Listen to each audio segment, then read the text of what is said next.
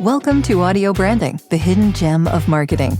Sound plays a more important role in human behavior and our decision-making than you may realize.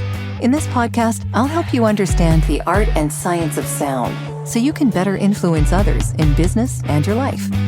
I'm your host, Jodi Krangle. Let's delve a little deeper.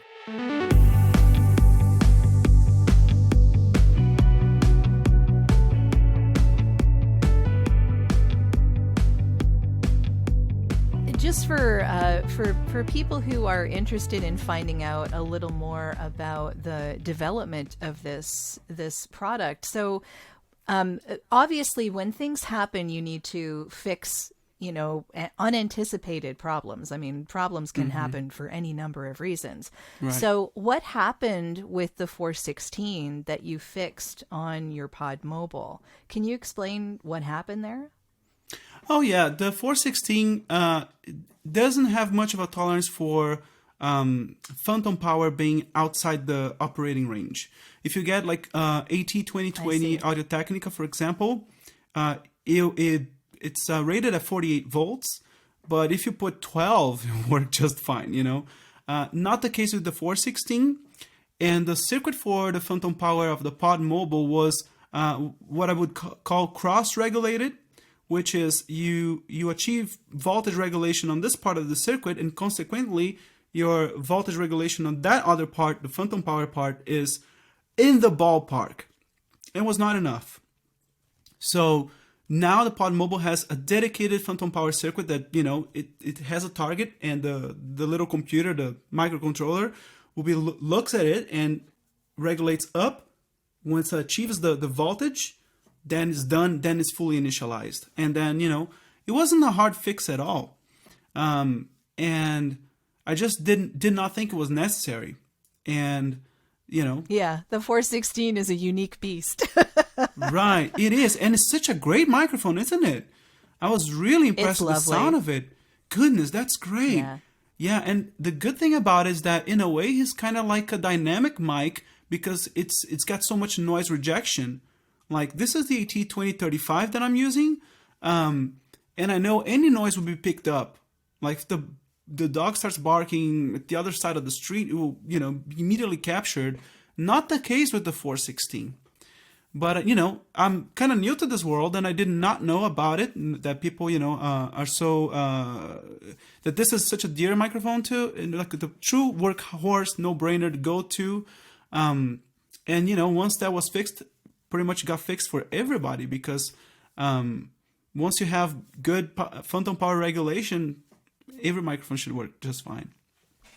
Yeah, I love that mic. It was great. I'm really glad. Yeah, actually hearing you use it for a little bit there, it sounded really good. But yeah, it's a mic that I use on a regular basis for my voiceovers. So that's my everyday workhorse mic, and it's actually a mic I travel with because, as you say, the sound rejection actually is really good. So if you're in a fairly noisy environment, it can reject a lot of the sound that will make that recording unusable. Or echoey for that matter, right? Yeah. Because at least it will actually reject the helps. higher frequencies. Because if you speak on the side of it, it gets muffled, which means that the echo would get muffled as well. At least that's how I'd like to think. Yeah. The idea, I guess, is that these were the mics that were used on the top of poles on movie sets. They're like boom mics. Those are what they were using there. So they are very directional. Like, you put that mic pointed in a certain direction, and it's going to pick up everything there. But anything around it, not necessarily. So really good for dialogue and things like that. And yeah, I think it was someone who was I'm probably misquoting here because I don't know all of the history, but I believe what happened was that someone who was doing promo decided to use one of these 416s at one point, and it sounded really good. So he kept on doing it, and then it caught on it's kind of elsewhere. A find, basically. Yeah, it was a find. Exactly. Yeah. So now a lot, not all, but a lot of voice actors use the 416. It depends, I think, on the timbre and tone of your voice. So it tends to work better with lower registers. So women with lower voices, men with lower voices, or just men's voices, I think, because most men's voices are below a certain point. So, but higher women's voices, maybe not. It just depends. Everyone's voice I could is tell different. it's kind of bright. It is a little bit bright, But for instance, like I'm using this mic and I'm boosting the highs on the equalizer because I want that brightness. With the 416, I might not need to turn the knob. But granted, this is like you can buy 5 of these with the price of the 416. That is true. That is true. It's one of those mics, though. What I love about it is, I mean, not that I would, but you could actually drop it and it'll do just fine. Right. Which doesn't look like it, right? Because it's such a small, it's such a tiny microphone in a way. It's long, but it's really, the circumference is like kind of teeny tiny. I just feel that it could break. But yeah, I know it's super shock resistant and moisture resistant. Well, yeah, because it was used on movie sets and that was just thrown around. So, I mean, of course, on a movie set, it was probably encased in like foam and stuff like that. So, maybe you don't want to just drop it without anything around it. But yeah, you're more likely to have a working microphone just in case. And that shines a light on how one person could be blindsided if they don't just start like we were talking about, because that's what I did. I built that thing and then I just started by going to the one voice, totally kind of unprepared really. And, and started selling those. And, it didn't take very long to bump into this issue with the 416. One of the people that bought it at the One Voice, Tony Toffoni, great guy. He sent me a picture of him using the PodMobile with an SM7B microphone, which is a dynamic, very quiet microphone. Like quiet in the sense that the signal that it puts out is very teeny tiny and need to amplify a whole bunch to work with it. So it's common knowledge. It's very common to see people using an intermediate preamp between the microphone and the audio interface. Like the cloud lifter. Yeah. Head, exactly. Sure. But I did not want to have that sort of, that's the idea of the PodMobile is that it solves your problems. So if you have to go the extra mile to get that fat head or whatever, then I think my equipment is not doing all the job that it could do. Nothing wrong with that, but I think I could have that basis covered as well. So he sent me a picture and he was happy. He was not complaining or anything. I'm like, wow. And I asked, is this the intermediate preamp? Said, yeah. And he was happy with it. I'm like, okay. And I went and I bought an SM7B, connected to my PodMobile, and man, I don't have enough gain here. And then I tweaked the preamp circuit to work with that microphone. So point is, by selling, I found out that the SM7B is a must-work unit with the PodMobile, so is the 416. And in the beginning, it didn't work with either of them. And now it works great with both of them. So, it's kind of on the fly. And I'd like to believe that at this point, this is said and done. And it's time to just, multiply. But yeah, it's been great. It's been great. And especially, like I said, the people that I've been working with, and I say working with, I mean by selling to, that you guys have been amazing and super helpful. I'm really glad to hear that. Yeah. And you never know what's going to come up in the future. You never know what people's uses are going to be. And yeah, it may be a scenario that neither of us has any clue about right now. So totally possible. I guess just, keep selling them and see what happens. But I wanted to go back a little bit to just sort of mention your book. So is that out now? It's called Jumpstart, right? Yes, it is called Jumpstart. And what is it about? It's about, getting your life together. It's very much self-help. And the thing that I like about this book is that sure, you can say, oh, you're smart, easy for you. Not really, because if you look at how much money I was making and the starting point, you're probably better off than I was. And I didn't do anything magic. I didn't come up with some crazy idea, patented, and then made a bunch of money. I had a job paying, probably not supposed to disclose, but paying pretty low.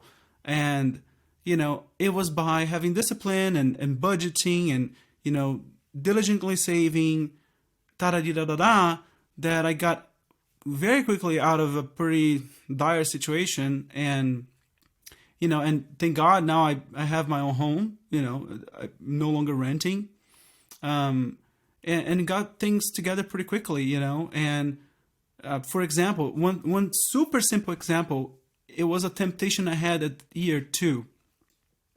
At year 2, I had been bumped in salary, like quite a lot. And the difference was such that I could easily just I actually did go to Mercedes, and it would be a $4,000 down payment and $440 a month to drive that beautiful, sleek, I think it was a CLA 250. And oh my goodness, I was all over the car. The black leather, the wheels, I drove it, it was nice. And I'm like, okay, obviously I can do this because I have the savings, and the surplus of the additional income because I got a raise super covers it. That's fine. Why not? And I'm like, let me hold off on that for a sec.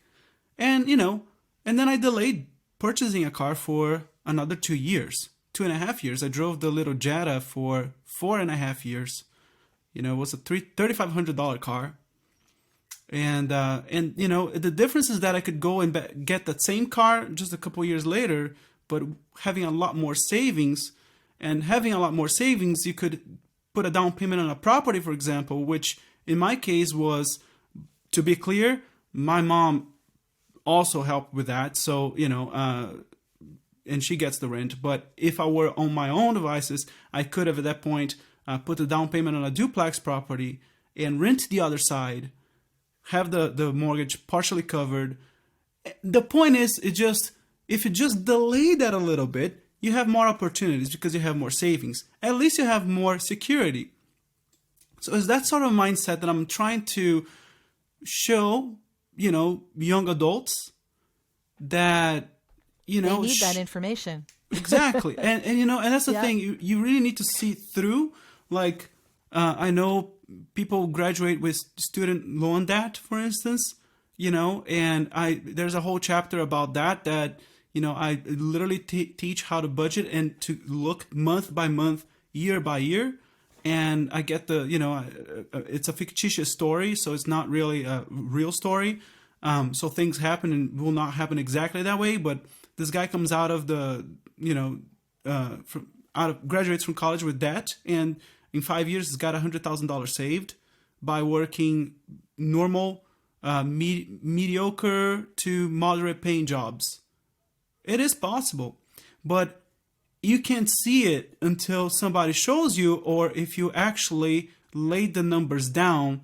But oftentimes, people that are in a bad place, especially if they're like high anxiety, a little bit depressed, we never know. We all have our difficulties. It's very difficult for somebody to just take days to just lay out that plan. It's not easy. It's easy to say, tell somebody to do it, but it's not easy to have overcome the resistance to do it yourself. And oftentimes we don't have even the idea to do that, So the book, for example, shows you that. So it's super helpful. It teaches you how to claim a raise, get a raise, which I call adjustment of financial compensation, because to get a raise, you need to really, ramp up your productivity and contribution before you ask for one. So all this sort of thing, like work ethic, dietary, is very much prescriptive. There's no religion whatsoever in the book, though I made the choice to be Christian, but there's no religion in the book. I think that's good because I don't want to help one group of people and not the other. I think that's I do not like that exclusive mindset. And I think it's got a lot of knowledge, real world, overcoming your own disbelief, oftentimes lack of confidence. Sure. Yeah. It's all there. It's all there. It's Sounds like because a great book. Well, I appreciate it. I think it's a good book at least, but because I'm shy, I did never made an effort to sell the thing, to promote the thing. It's just horrible. just can't do this. Like, who are you to be telling me what to do? Well, but you did an audiobook, right? Well, huh? You did an audiobook, right? That was the whole reason for the PodMobile, right? It was, but I never did. I recorded the first 20 minutes of what the introduction is, like where do I come from? And to lay down those 20 minutes, it took me 6 hours because I had to go back and forth with pronunciation. I have an accent. But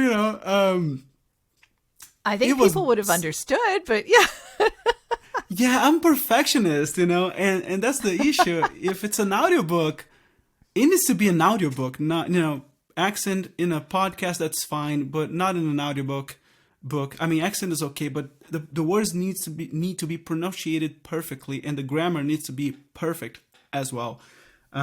Well, you do know several audiobook authors at this point, right? Like, right. It was this is the possible VO industry is your oyster at this moment. I'll pay you in PodMobile, like one per week, you know. Oh my you goodness! You could just ask. I don't have the heart to ask. I don't have the heart to ask. If somebody offers, I'll be like, okay, how can I, repay you? But nah, I don't have the heart to ask. But the book's on Amazon. I leave that in your court. Yes. If you look, if you just Google, not necessarily Google, just put my name on Amazon search, the book will come up, guaranteed. This is it. Okay. Jumpstart. Yes. Yeah, and just show you one picture of Audiosigma way back in 2012. Okay. It's nuts. Okay, this is my grandpa. I can't help but to mention him. He was big influence. Huge. He immigrated to Brazil and he started from scratch, just like I immigrated to the US and started from scratch. There's a building downtown, his building, out of pocket, no bank loans. Oh. Lost everything. Good for him. Wow. Got depressed at the end of his life. Didn't have a successful marriage, and I believe that to be the reason he eventually, But he was a great man. He, I loved him more than I can. I was here 3 months in, and he passed, and I could not go see him. It was. Oh no. It was awful. Oh, that's hard. I'm sorry to hear that. Yeah, that was not fun, that's for sure. And that was the original? Yeah, see, Audiosigma. This is the car device that I was referring to. Okay, There was a ton of research. Yeah, okay. So the whole thing's here. Yeah. Yeah. Oh, it looks like an awesome book, and I do think people should pick it up. I would love to get the URL so I can put that in the show notes. Oh my goodness! When I put this up, but yeah. Before we end this off, because we're getting a little bit to the end here, I want to ask you, because I know that you deal with this all day, every day, in both your regular job, in your entrepreneurial offering here. Why do you think sound is important to us as human beings? It's such a fundamental question. I love it. It occurred to me one day, people decorate their homes with pictures and canvases and art. Nobody thinks about decorating their house with music, with beautiful music. Granted, eyesight's probably the first sensory, most prioritized by the brain, but right behind it is hearing, and it can influence your state of mind, your emotions. If you put the right music to work, you work better. If you put the right music to work out, you work out better. If you want to have a romantic date, There's a very different kind of music you want to play there. Well, needless to say, it's amazing. And if you're not cognizant of what you're choosing to hear, it will have an effect in you. So particularly, I mind the lyrics of songs.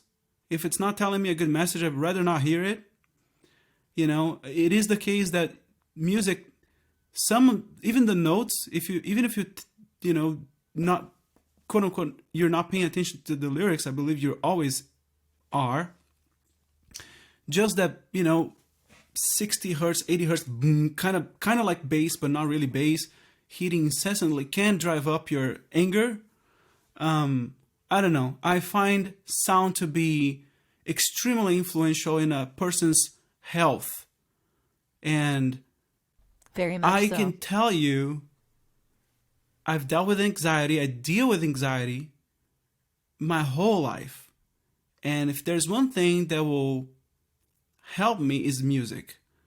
When I was doing that R&D project, 2-3 years in my bedroom, literally the first thing I would do in the morning was slap a pair of headphones in my head, and I would listen to jazzradio.com at that time. Now we have Spotify. But lo-fi or piano jazz, and I told my mom, I cannot afford to have a conversation right now. I need to put my brain on the right tracks because I am this ADHD totally. So, it helped me. And if I wasn't doing that, probably would have taken longer or never completed the project. When I'm sad, I go out to run and I listen to country music. And when I'm finished running, I'm like much more cheerful. At gym, I like the more like the classic rock, sometimes more like a heavy rock, but really drives up strength. So it's so influential. That's what I believe. Some say we like bass because when we're in the womb, we can hear the heartbeat. It's a very low frequency, boom, boom, boom, boom. Yeah. So it's hard to not imagine. It's like sound is so important. I will put right there with what you see. At least I just think that we don't pay as much attention, but we probably should. We definitely should. That's why I have this podcast.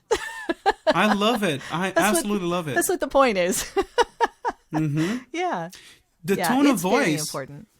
Even the tone of voice, you can, there are people that you want to listen to all day, like you, and there are people that you can't stand and have a conversation, And I even find myself like I could actually not be attracted to somebody because of their voice, for example, even if she looks good.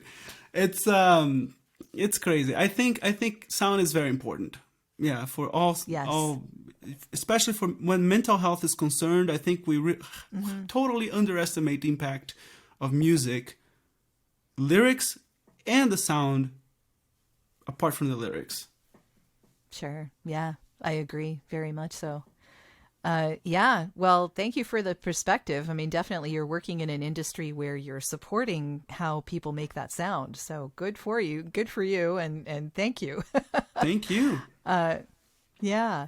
So what are you working on now besides PodMobile, or is that's consuming everything right now? It is, because I need to be focused on that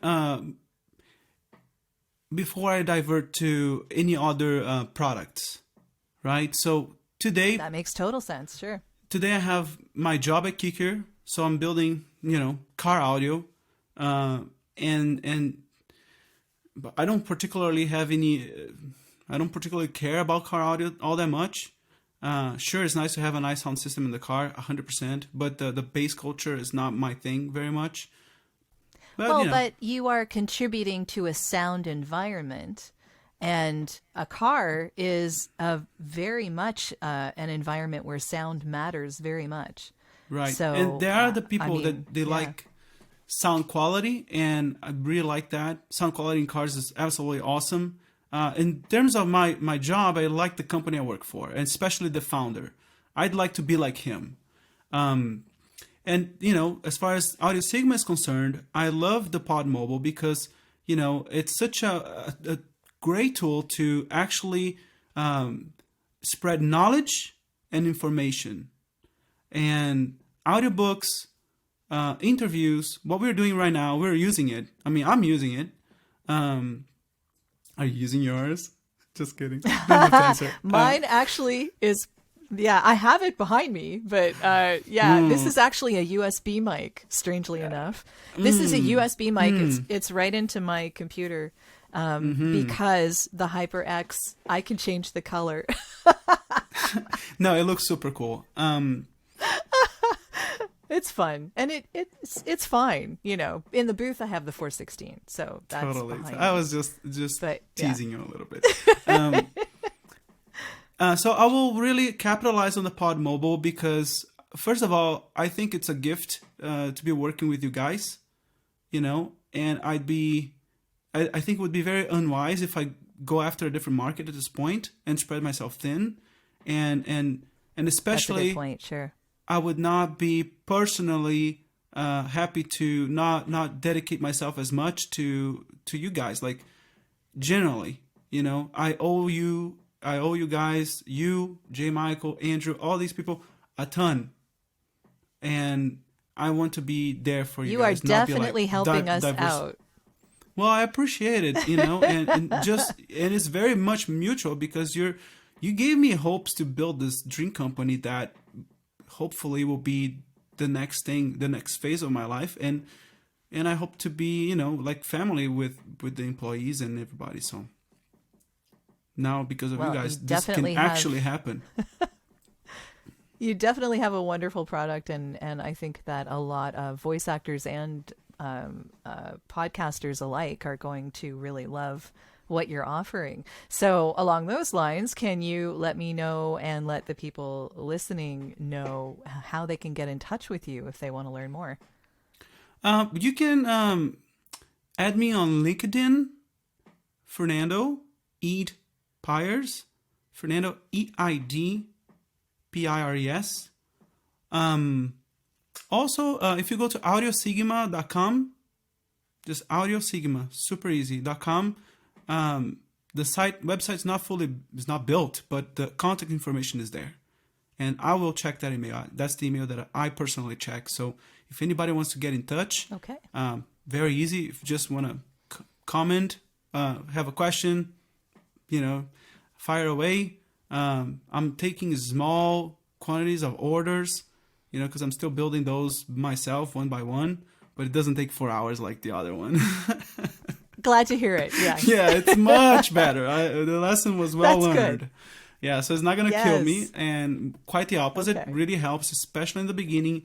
I want to get as much of those hand-built units out as possible, and so I can see like the strengths and weaknesses of this, and really know what I have in hands, and and I will make sure that everybody's taken care of.